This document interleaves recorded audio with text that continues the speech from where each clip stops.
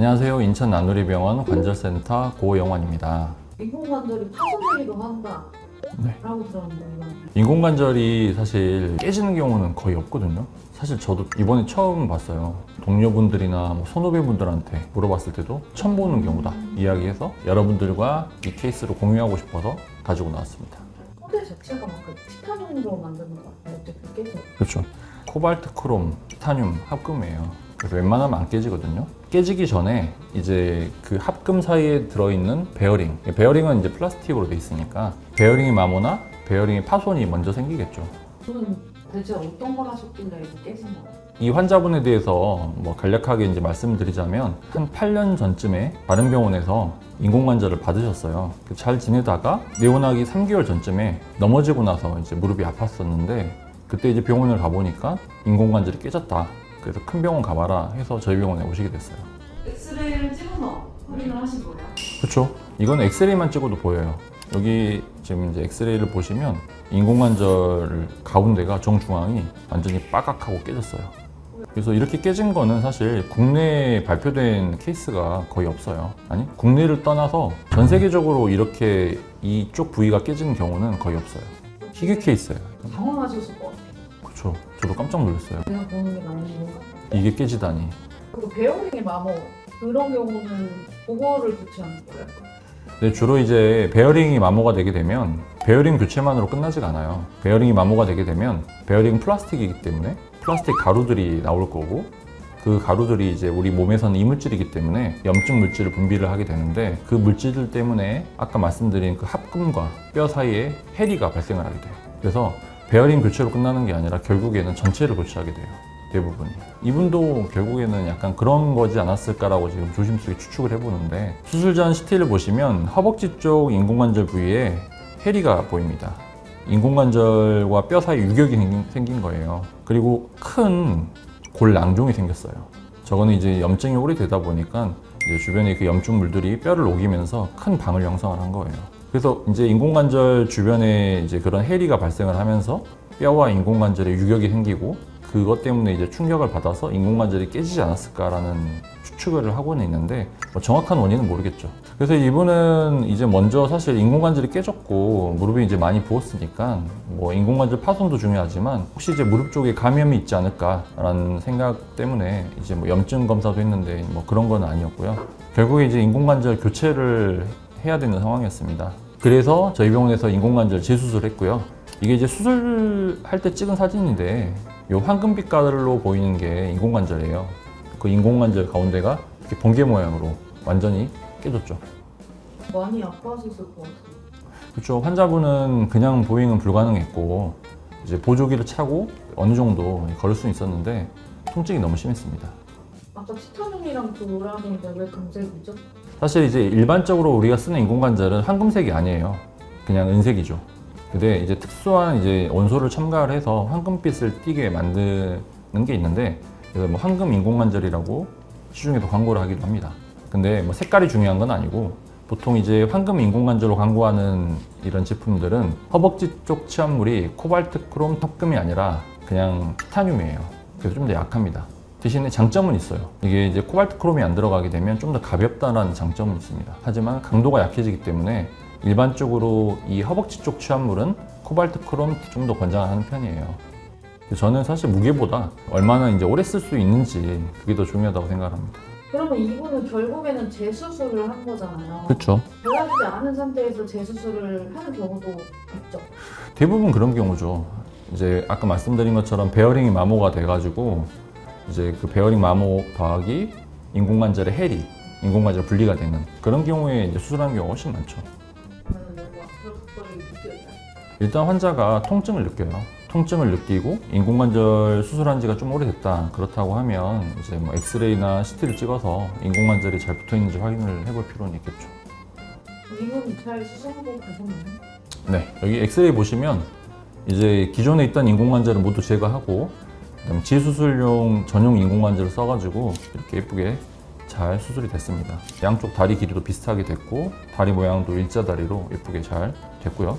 그 다음에 이제 수술 전에 CT에서 보였던 그 골낭종, 뼈가 비어 보였던 것들도 다 뼈 이식을 통해서 이렇게 잘 채워넣어서 지금도 잘 쓰시고 계시고요. 이분이 또 수술에 또 워낙 또 만족하셔가지고 갑자기 이제 힘이 빠져서 뇌경색 같다라고 하면서 와이프분이 저한테 모시고 왔어요.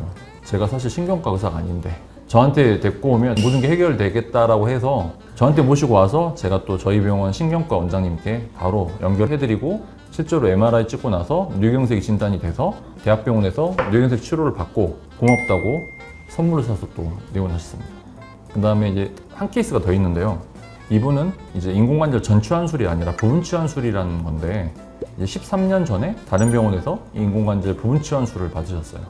근데 환자분께서 일하시다가 갑자기 이제 무릎을 이렇게 뒤틀리면서 뭔가 무릎에서 뻑 소리가 나면서 통증이 생겨서 다른 병원에 갔었어요. 근데 그 병원에서 엑스레이도 찍고 CT도 찍고 MRI까지 찍었는데 이상이 없다라는 이야기를 들은 거예요. 근데 환자분은 계속 아픈 거죠. 제가 다른 부위를 수술해 드렸던 분이에요. 그쪽 병원에서 괜찮다고 했지만 다시 의견을 구하기 위해서 왔는데 여기 엑스레이를 보면 베어링이 완전히 깨져가지고 베어링이 관절 바깥쪽으로 나와서 오금 뒤로 넘어갔어요. 근데 여기 수술 전에 이제 CT를 보시면 베어링 위치가 뒤쪽에 있는 큰 혈관 근처에 있어요. 되게 위험한 거죠, 이게. 근데 더 웃긴 거는 환자분께서 이제 그쪽 병원에서 찍었던 검사를 가져오셨거든요. 근데 그때는 베어링이 깨진 게 관절 바깥으로 나가지가 않았어요. 보시면 알겠지만 베어링 깨진 게 관절 안쪽에 바로 뒤쪽에 딱 붙어 있습니다. 그때 발견을 했었으면 어떻게 보면 수술이 쉽게 끝났겠죠. 근데 그때 이제 제대로 진단을 못하고 그 상태로 환자분이 꽤 지냈거든요. 그러니까 이제 베어링은 뒤로 빠지고 결국에는 베어링이 없는 인공관절이니까 금속끼리 마찰이 생기고 금속도 손상을 받을 수가 있겠죠. 그래서 이제 환자를 만났을 때 많이 고민을 했죠. 인공관절을 다 뺄 것인지 아니면 베어링만 교체할 건지 뒤로 넘어간 베어링은 또 어떻게 뽑을 건지 너무 위험한 위치니까. 그래서 이제 진짜 수술 전날 엄청 고민을 많이 했어요. 베어링을 이제 뒤를 절개해서 뒤쪽에서 뽑을까도 생각을 했는데 그렇게 되면 이제 뒤를 절개를 하고 뽑고 다시 앞을 절개하고 다시 수술하고 이게 좀 수술이 커질 수 있잖아요. 그래서 환자분을 위해서 이렇게 관절경으로 잘 제거를 했습니다. 그리고 앞쪽을 열어서 이제 인공관절을 확인해 봤더니 그래도 다행히 그 인공관절 금속 부위는 손상이 심하지 않아서 그거는 그대로 두고 베어링만 잘 교체해서 잘 마무리를 했습니다. 생각보다 재수술은 하긴 하고요. 그렇죠. 근데 재수술이 그렇게 많지는 않아요, 사실. 이제 인공관절의 수명이 보통 한 20년 정도 이야기를 하니까 이제 저는 사실 나이를 중시하거든요. 젊은 분들은 가급적이면 인공관절을 하지 말라라고 이야기를 하고 가급적 젊은 나이에 안 하고 다른 치료로 일단 하다가 좀 더 나이가 들었을 때 하는 게 사실 재수술을 피할 수 있는 어떻게 보면 좋은 방법이죠. 그리고 재수술을 왜 하게 되는지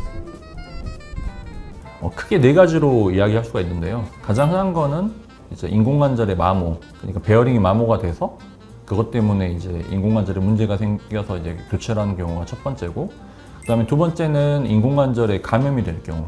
그래서 인공관절 수술하고 나서는 그 부위에 이제 뭐 주사라든지 침이라든지 뜸이라든지 저는 못하게 합니다.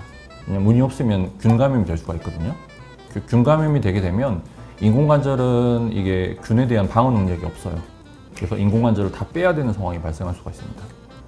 그다음 세 번째는 이제 인공관절 주변에 그 뼈가 녹는 골중에 그리고 인공관절의 해리. 결국에 아까 첫 번째 그 이유 때문에 이게 생기게 되는 거죠, 결국에는. 그다음에 이제 마지막은 인공관절 주변에 골절이 생겼을 경우. 인공관절 주변에 골절이 발생하게 되면 인공관절이 안정적으로 유지가 되지 않습니다. 그렇기 때문에 골절 수술을 하면서 인공관절을 다시 교체해야 되는 상황이 발생할 수가 있겠죠. 재수술을 피하려면 아껴 쓰는 방법. 수술하는 환자분들한테 제가 말씀드리는 거, 첫 번째, 일단은 너무 과도하게 굴곡을 하지 말아라. 쪼그려 앉는다거나 뭐 양반다리를 과하게 한다거나 그런 것들은 결국에 마모가 빨라지기 때문에 수명이 짧아질 수가 있습니다. 그다음 두 번째는 생각보다 환자분들이 잘 모르시는 부분들이 있는데, 수술한 환자분들이 이 굽히기만 열심히 하시거든요. 근데 실제로 펴는 것도 잘해야 됩니다. 인공관절이 잘 펴져야지만 안정적으로 무릎이 잘 기능을 할 수가 있어요. 마지막으로 인공관절 주변에 이제 그런 근육 같은 것들도 어느 정도 단련을 해야 돼요. 근육이 약하면 인공관절의 안정성이 떨어질 수 있기 때문에 그런 근력 운동도 필요합니다. 그리고 인공관절을 하게 되면 정기적으로 병원에 오셔서 엑스레이 검진을 받는 것도 중요하겠죠. 우리가 자동차를 구매를 하면 정기 검진을 받듯이 인공관절의 변화도 소리 없이 진행될 수가 있기 때문에 엑스레이에서 혹시 이상한 변화가 보인다거나 그러면 이 조기 대처를 해야겠죠. 인공관절 하고 나면은 음. 공항 검색 때 소리 나요? 근데 소리 날 수 있죠. 그 공항 검색대 금속 탐지기의 경우에는 이제 아무래도 이제 인공관절이 그런 코발트 크롬이나 티타늄 합금이기 때문에 소리가 날 수가 있습니다. 혹시 인공관절 수술하고 나서 해외여행을 계획하시는 분이라고 하면 미리 이제 병원에 오셔서 소리가 날 수 있다라는 소견서나 진단서를 준비해 가시는 것이 좋겠습니다.